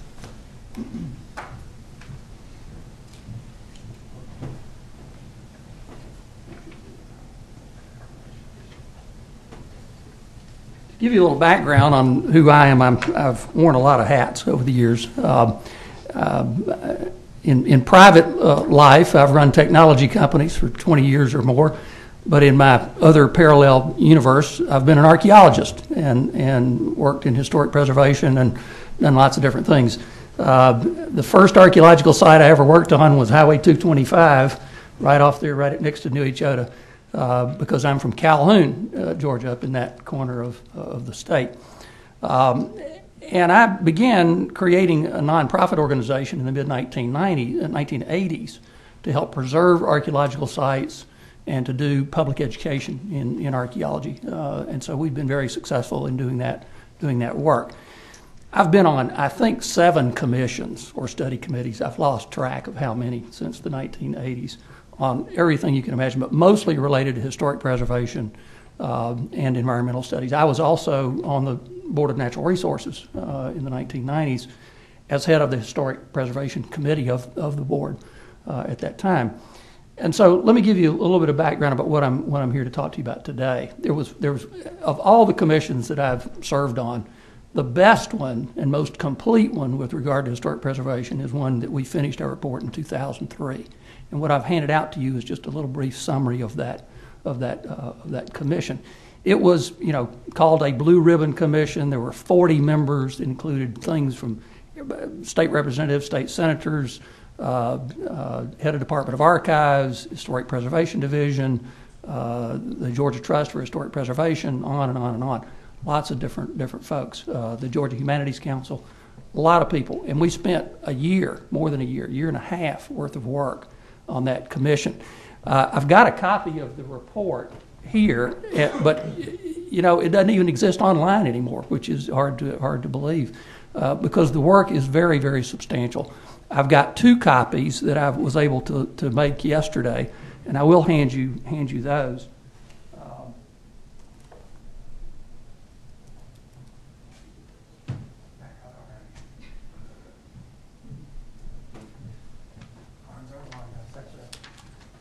I even tried to send those by email. The files are too big for some of this report. It's really a substantial report.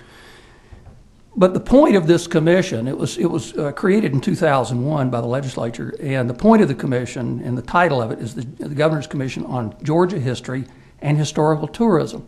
Now, historic preservation was a component of all of that because it really was meant to take a real practical look at what do we do with these resources? We've got all these fantastic resources. How do we make the most of those resources, both from an educational standpoint as well as from a tourism and economic development standpoint? In this report are 55 recommendations. 14 of them were identified as really key, special, need to do these right away. And those are included in this executive summary of this report. I don't know that any of them have really been implemented, which is hard to believe. Nobody really carried the water after this was done, either with the legislature, with the governor's office. Somehow it just disappeared. And that is very sad because of all the hard work that was done. Now, one of the things that I said when I was on this commission, and one of the things I said from the very first meeting of this commission, I said, I've been on so many of these things, study commissions and committees, and I'll be darned if we're going to have another one that just sits on the shelf and doesn't go anywhere and doesn't do anything. Well, that's where we ended up with this one, sadly. But there's a mechanism in this one that I authored, that I created. I came up with an idea. And everybody gravitated to it and thought it was a great idea, a way to keep this kind of thing rolling so that it doesn't just go away, that all these recommendations do stay out there in front of the public eye. And I'm going to talk to you about that specific recommendation for just a second. There were three particular things and the three top priorities that came out of this report. One was to enact legislation to create a Georgia Heritage Commission, and that one I'm going to come back to in a minute. The second was develop a long-range Georgia Heritage Strategic Plan to promote heritage knowledge, preservation, and tourism in Georgia. And number three, undertake a Georgia Heritage Special Initiative to develop a multi-agency model for promoting heritage in Tier 1 and Tier 2 counties, utilizing one Georgia Authority funds available for promoting economic development in Georgia's poorest counties. So really key piece in there for those poorest counties. And if you look in this report, it'll go into great depth to talk about heritage tourism, the impact of heritage tourism, how many dollars can actually be spent or generated in these communities as a result of this kind of thing. The idea of this Georgia Heritage Commission, let me just tell you about how it would work. It really, and I've got a little summary of bullet points at the bottom of this second page. It's a planning and budgeting type of group, and it happens every 5 years. Now it could be 7, it could be 10. We thought that 5 was a good number. A report that it would generate that would outline the previous 5 years' 5-year achievements towards the goals. So what it essentially has is 17 ex officio members. There's even draft legislation for this in this big committee report to create this commission. And it would have 17 ex officio members or their designees. That includes, three people appointed by the governor, one by the lieutenant governor, one by the speaker, one by the secretary of state. And then the ex officio members, and these are 6 appointed members by those people, and then these 17 ex officio members. And then these appointed members may then elect up to 5 additional members from the state at large. Again, great detail on how you go about that.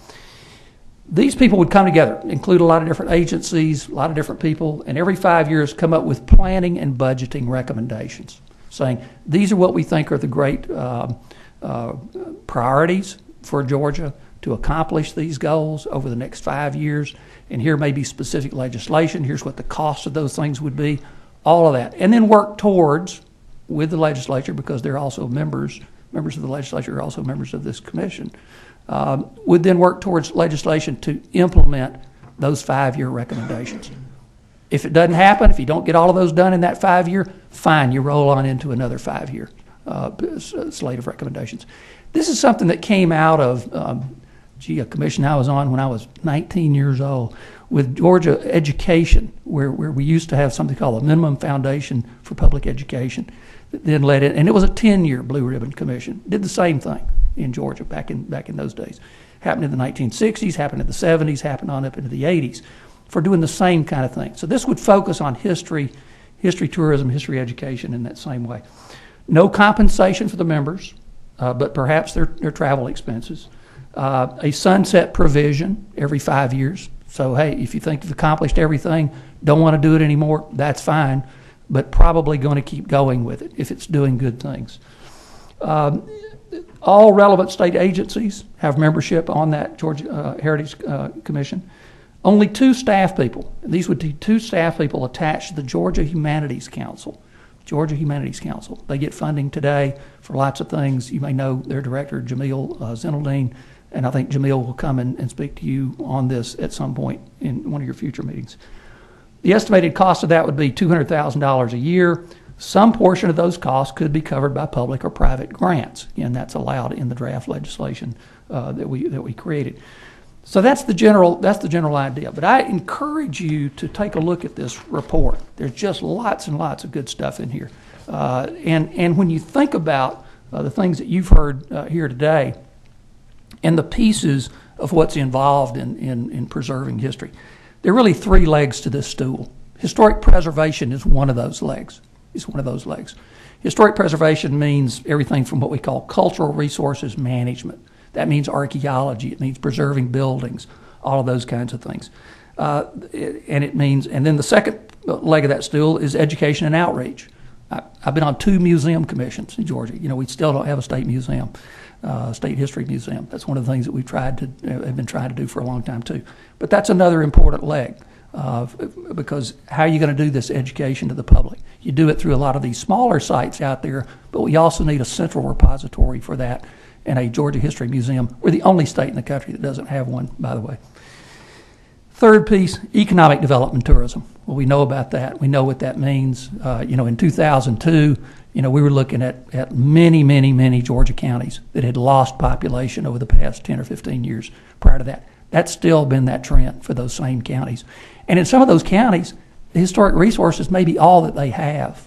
It may be the only thing that they have, and it's a straw they're hanging on to, hoping that it can generate some kind of tourism or economic development in that community. And some of them have been successful with that. But we need to figure out how to boost them up, give them more of that. And you heard about from DCA today how that can happen in a Main Street program. Many other things that you can do. Lots of archaeological sites out there that could be promoted, could be boosted up and made as local tourism locations. So what I've laid out for you here is just a little bit of a teaser. I meant for it to be just kind of a summary of some things.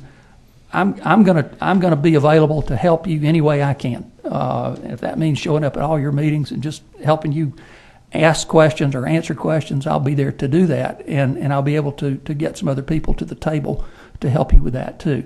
One of those that's here today, I was head of the Society for Georgia Archaeology at one time.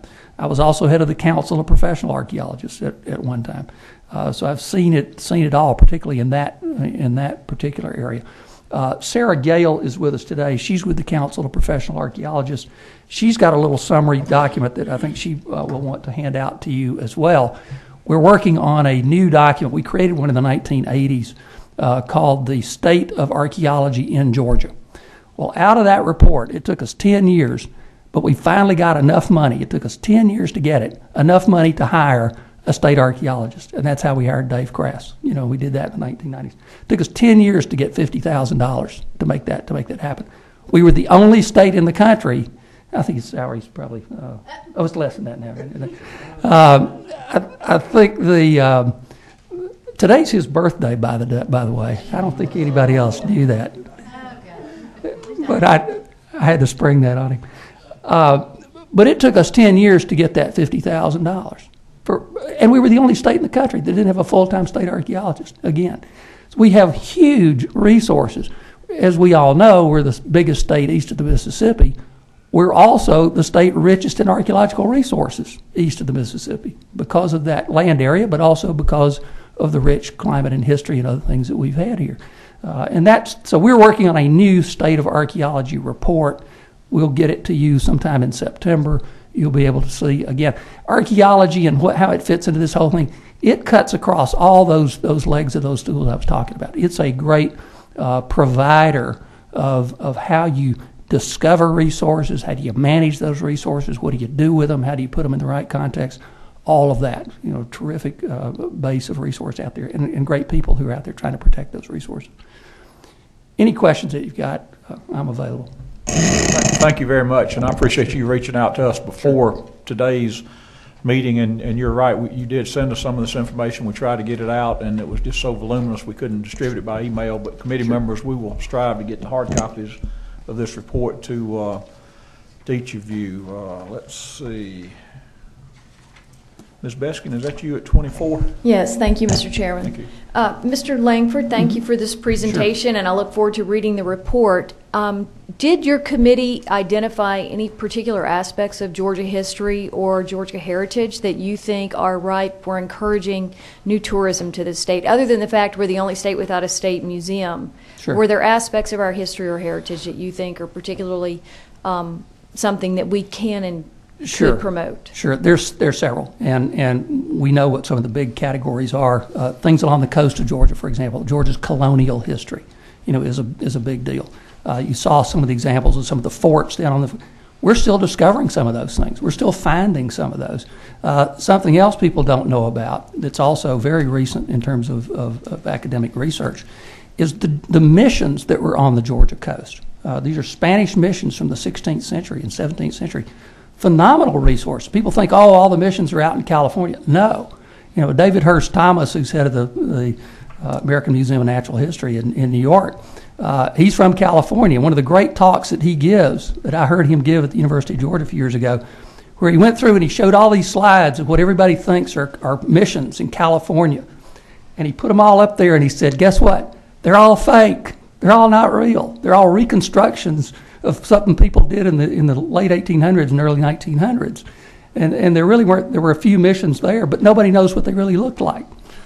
He said where the real missions we're in Georgia. They were on the Georgia coast and the northern part of Florida as well, but large numbers of them. We're just now finding out where some of those are. And so additional resources to discover those and bring those out. War of 1812 fort we just found, down there near in Camden County, just off the coast there, just again in the past 10 years. Several others like that we're just figuring out where those are.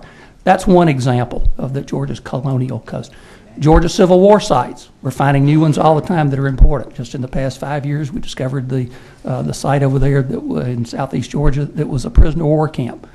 We sort of knew where it might be, but now we know where it was. When they made that announcement to talk about the announcement of the discovery of it at Georgia Southern, 1,500 people showed up just for the news conference, because it was such a big deal. There's so many people that are that interested in the Civil War in Georgia. We know that a lot about those sites here in North Georgia and beyond, but there's a lot of those resources still there.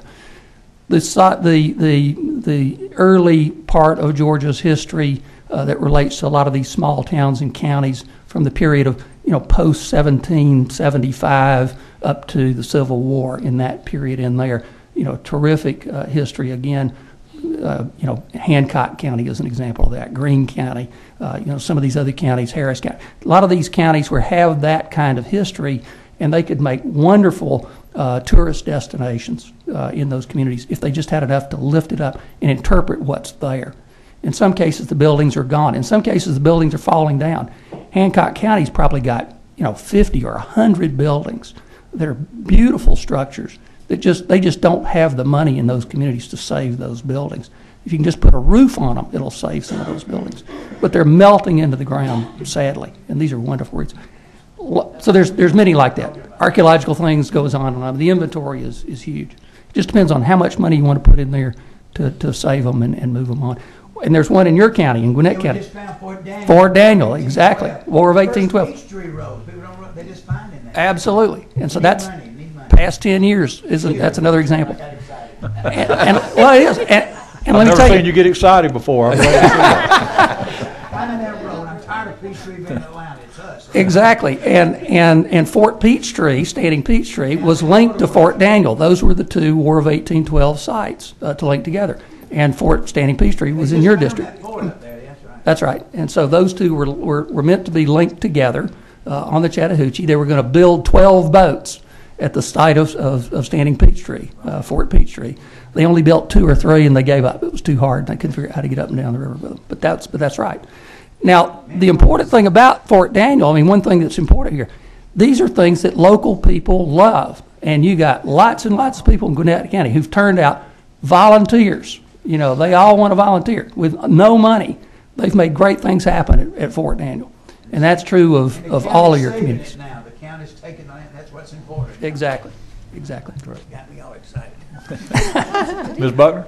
Is this somewhere I heard about a plan that was proposed by a study committee that was a revolving fund to be able to fund historic sites, and is it in this report? It's not really a revolving fund. And Okay. that was a misnomer, and you and I had a conversation, and that may be how I phrased it. It really means a revolving commission that lays out a revolving budget. Okay. Okay. And so it's... But it's in this report. Right. Now, if we can think of other creative funding mechanisms to fund that, great. But what this has is a revolving budget and kind of planning, 5-year horizon. Okay. This is what we want to do over the next 5 years. And then how do you get there and how do you fund it? May not be able to fund it in the first year. Maybe you can in the second or third year. That kind of thing. Gotcha. Thank you. Committee, any other questions for Mr. Langford? Great. Jim, thank you very much for your contributions before today and today. That was it as far as before we pull the sign-up sheet. Any members of the public that are here that did not sign up that would like to make any comments to the committee? Now's your chance. All right. Thank you very much. Here's the piece about the state of archaeology. Yep. Thank you. It's a little teaser about what's going to be in that report when it comes out. Okay. Thanks, Jim. For the agencies that presented PowerPoint presentations today, if you could send those to David, and he will give you his contact information so we can have those for the record. And as far as where we go from here, I want to do a couple of things. I obviously want to ask the committee to share with me and the rest of the committee members as a whole, if you would like to, your thoughts about what we heard today and your thoughts about where you would like to go with this process, both literally and figuratively, as far as what you would like to talk about, who you would like to hear from, if you would like to possibly get out in the state and actually see some resources as part of that, or whether you would prefer to keep it close to Atlanta here. We will talk about those issues, and I want to extend an invitation to the public that's here, agencies obviously, as well as members of the general public, to please share with me and or any of the other committee members that you feel comfortable with your thoughts on what you've heard today and where you would like us to go. Please email or feel free to grab my card before we leave. It's got my direct email as well as my cell information on it, so we can talk about where we're going, because I think I speak for the full committee that we really don't have a preconceived destination for this. As you heard from Representative Buckner when she sort of recapped the thinking of the resolution sponsors that created this committee, it was pretty broad. And we will be as broad or as specific as we need to be to try to accomplish what the goals and missions were of that group that sponsored the resolution to create the study committee. So with that, one other housekeeping thing, committee members, as far as mileage reimbursement for today, we will be submitting a committee roster. If you're comfortable with whatever round-trip mileage that the fiscal office has for you on record, fine. If you've got a number you want to submit, please get that to me before you leave today so we can submit a roster. And Ms. Buckner? We talked about getting ideas from other states, and I don't know if there's some agency folks here that might have contacts with other states that could share that with us so that we could get some ideas of how they run their programs to generate more funds to be able to take better care or save more buildings or spots or places. That, I think we need to know that. Sounds like everybody that talked about the need for money. So, Becky, Dave, any thoughts on that? Do you have a resource list that you can share that you might can help us do some outreach on? Status. I'm a board member of our national organization, which is the National Conference of State Historic Preservation Officers, and I can certainly get you some contacts on that board. Okay, thank you. If you would do that, David, thank you for bringing that up. My other question was places in peril. Who manages that list? Is that That's the Georgia Trust for Historic Preservation. Mark McDonald, their CEO, was here earlier. Right. He had to leave for another meeting. It'd be good to hear from him and how that list is developed and how it's taken. I mean, after you make the list, what happens? I can pass that on to Mark. Yeah, if you would do that, Dave. Mark and I spoke yesterday, and he told me that he was going to have to leave early for another scheduled meeting, but we certainly want to loop him in as we move ahead. Committee members, legislators, anything else? Thanks for letting me sit in. Thank you for being here and helping get us to this point. If there's nothing else, we will stand adjourned. Thank you.